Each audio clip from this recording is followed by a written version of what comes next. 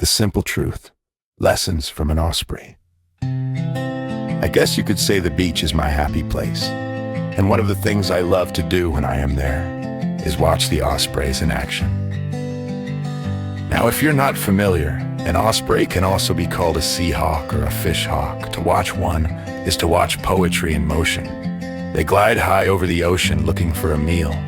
When they see a fish they want, they begin to spiral. Up and up and up, the radius of the spiral getting smaller as they go. When they reach the apex of their climb, they fold their wings and dive straight down, hitting the water at what could be called breakneck speed. More often than not, they emerge from the water with a wiggling fish in their talons. It is truly something to behold. The osprey is a true masterpiece of God's design. But occasionally there's a problem. It's not so much a design problem, as it is that they don't know their limits. You see, sometimes they catch a whopper and their little bird brains can't seem to comprehend that their mighty wings are not enough to get that fish out of the water, and in their determination to keep their catch, sometimes they drown. Why do I share this sad story? Because ospreys aren't the only bird brains out there. I can be one too. How about you? We go after things that are too big for us on our own, things that common sense would tell us to let alone, but we don't. We feel like we can't. And if we're not careful, we'll hold on to that thing like grim death. And while it may not drown us, it can take us miles off track and derail our lives. I know what you might be thinking. Nothing is impossible for God. That's true.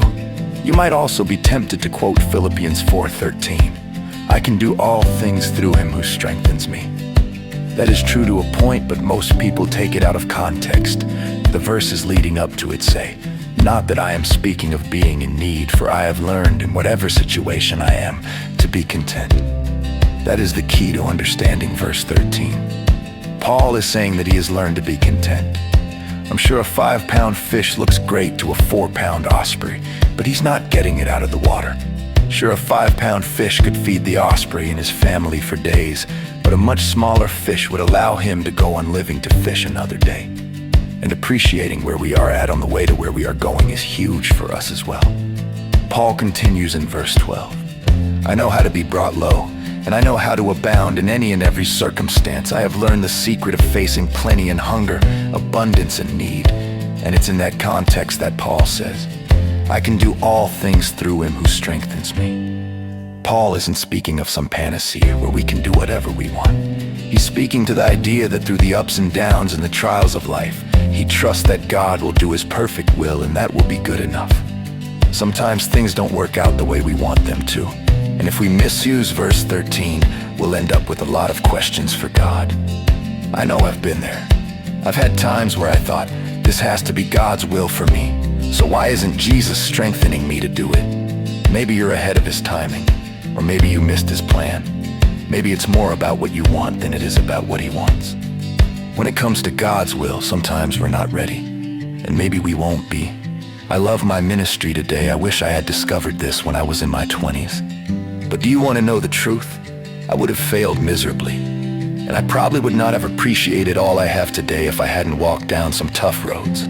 Sometimes we want it all now, but thankfully we have a good Father who trains us and gets us ready so we can do everything he wants us to do. The objective for us is not to have it all now. It is to serve him in faithfulness while he prepares us for what he has in store. His plan is perfect. The question is, will we trust him while he grows us into it?